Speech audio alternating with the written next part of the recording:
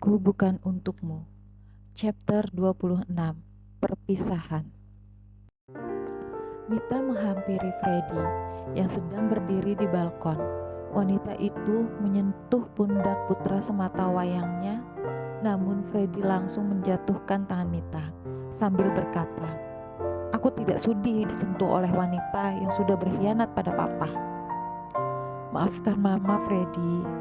Ini semua benar-benar di luar kendali mama," kata Mita. "Mama terjebak dalam perasaan yang salah. Tidak seharusnya mama kembali menyimpan perasaan pada Herlan dan berdekatan dengannya. Tidak seharusnya juga mama kembali mengulang masa lalu di saat ada laki-laki lain yang sangat mencintai mama. Maafkan mama, Freddy," lirih Mita sambil mengusap air matanya. "Jangan minta maaf padaku, minta maaflah kepada papa dan bibi Anita, karena mereka berdualah yang paling terluka karena ulah mama," balas Freddy. "Mama akan minta maaf pada Anita, tapi mama tidak punya keberanian meminta maaf pada papamu." Freddy langsung berbalik mendengar apa yang baru saja dikatakan oleh Mita. Ia lalu bertanya, "Kenapa? Apa mama takut ditinggalkan oleh papa?" Mita menunduk. Mama belum siap mengatakan sesuatu yang menyakiti hati papamu." Freddy menggeleng. "Tidak, mama bukan belum siap menyakiti papa, tapi mama belum siap untuk kehilangan papa. Kalau mama belum siap untuk menyakiti papa, mama tidak akan melakukan sesuatu perbuatan yang menyakiti papa." Freddy tersenyum sinis pada ibunya itu. Mita hanya bisa menangis tertunduk, menyesali perbuatannya. "Lebih baik aku pulang. Keadaan di rumah pasti sangat kacau sekarang," ujar Reno yang perlahan bangkit sambil menyeka air matanya. "Baiklah, hati-hati di jalan." Dion menepuk bahu Reno sebanyak 2 kali. Reno mengangguk lalu pergi dari hadapan Dion. "Aku mengerti sekacau apa perasaanmu saat ini, Reno," batin Dion. Sambil menatap punggung Reno yang semakin menjauh, dia merasa sangat iba dengan apa yang terjadi di keluarga Reno. Dan ia juga mengerti tak mudah bagi Reno menghadapi semua kekacauan yang terjadi di keluarganya selama beberapa tahun belakangan ini. Mungkin jika dirinya ada di posisi Reno, belum tentu ia akan sanggup dan bisa bertahan di rumah yang suasananya seperti di neraka. Setiap hari harus mendengar keributan kedua orang tuanya dan menyaksikan ketakutan anak usia 3 tahun. Dion berharap dengan kejadian ini tak membuat Reno menjadi terpuruk.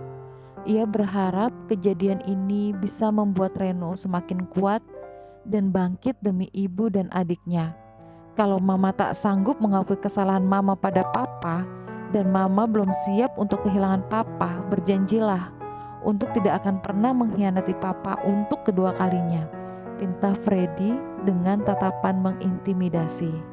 "Mama menyesal dengan apa yang sudah mama lakukan dan mama berjanji mama tidak akan pernah mengulang kesalahan yang sama," balas Mita sambil menatap Freddy dengan tatapan yang penuh dengan air mata. "Baiklah, kalau begitu aku akan menjaga rahasia ini dari papa. Anggap saja ini kesempatan kedua untuk mama. Jadi pergunakanlah kesempatan itu dengan baik. Semoga saja bau busuk dari kesalahan mama tidak akan mengudara suatu hari nanti. Karena jika itu terjadi, aku tidak bisa melakukan apa-apa untuk mama." Setelah mengatakan kalimat panjang lebar, Freddy pun melenggang pergi meninggalkan Mita. "Antar aku pulang, aku lelah." Dion mengernyit mendengar permintaan Freddy. "Ini yang bos siapa? Yang asisten siapa? Enteng sekali permintaanmu itu," kata Dion bergurau. "Kau ini banyak bicara sekali. Kalau kau tidak mau menyetir, berikan kuncinya padaku, biar aku yang menyetir," pinta Freddy sambil mengulurkan tangannya. "Enak saja, bisa-bisa mobilku tabrakan kalau kau yang menyetir," tolak Dion. Freddy hanya mengendikkan bahunya, lalu melanjutkan langkah keluar dari rumah itu diikuti oleh Dion. Dion mendesah. Bisa-bisanya aku berteman dengan manusia semacam ini. Pria itu menggeleng seraya tersenyum kecil. Setelah Freddy menutup pintu pagar rumah Mita, ia bergegas masuk ke dalam mobil Dion, duduk bersebelahan dengan sahabat sekaligus atasannya tersebut. Dion langsung menancap gas meninggalkan tempat itu. "Kenapa kau tidak menginap di rumah mamamu saja? Dia pasti sangat membutuhkanmu saat ini. Meskipun dia tahu kau sedang marah padanya, tapi dia akan merasa lebih tenang kalau kau berada di sana." "Tidak, aku tidak akan bisa tenang jika aku berada di sana. Lebih baik aku menenangkan diri di rumah," balas Freddy. "Tapi kamu yakin mamamu akan baik-baik saja?" tanya Dion sedikit khawatir pada Mita. "Ya, aku yakin mama pasti akan baik-baik saja. Dia juga pasti butuh waktu sendiri untuk merenungkan kesalahannya. Dia tidak selama itu sampai melakukan hal bodoh yang tidak-tidak." Freddy tahu ketakutan seperti apa yang dimaksud oleh Dion. Dia itu adalah orang yang berpikir realistis. "Kau tidak perlu mengkhawatirkan mama. Dia akan baik-baik saja," tutur Freddy. Semoga saja. Reno yang baru saja sampai di rumah langsung disambut oleh pemandangan yang cukup menyayat hatinya. Ia melihat Herlan yang sedang duduk di lantai sambil menunduk di hadapan Anita yang sedang duduk menangis di sofa. "Aku sudah banyak melakukan kesalahan padamu, Anita. Maaf, aku sudah gagal menjadi suami dan ayah yang baik untuk anak-anak kita. Maaf, karena aku sudah banyak menyusahkan dan menyakitimu. Aku tahu, Anita, 1000 maafku tidak akan bisa memperbaiki semuanya." Herlan terus menunduk, menyembunyikan wajah bersalahnya, seolah tak berani menatap wanita yang sudah ia sakiti itu. "Rasanya sudah cukup aku menjadi beban untukmu. Aku akan melepasmu. Tolong jaga anak-anak." Perlahan Herlan bangkit dan berjalan ke arah kamar. Uraian kalimat yang keluar dari mulut Herlan bagai belati yang menyayat hati Anita, perih dan sakit.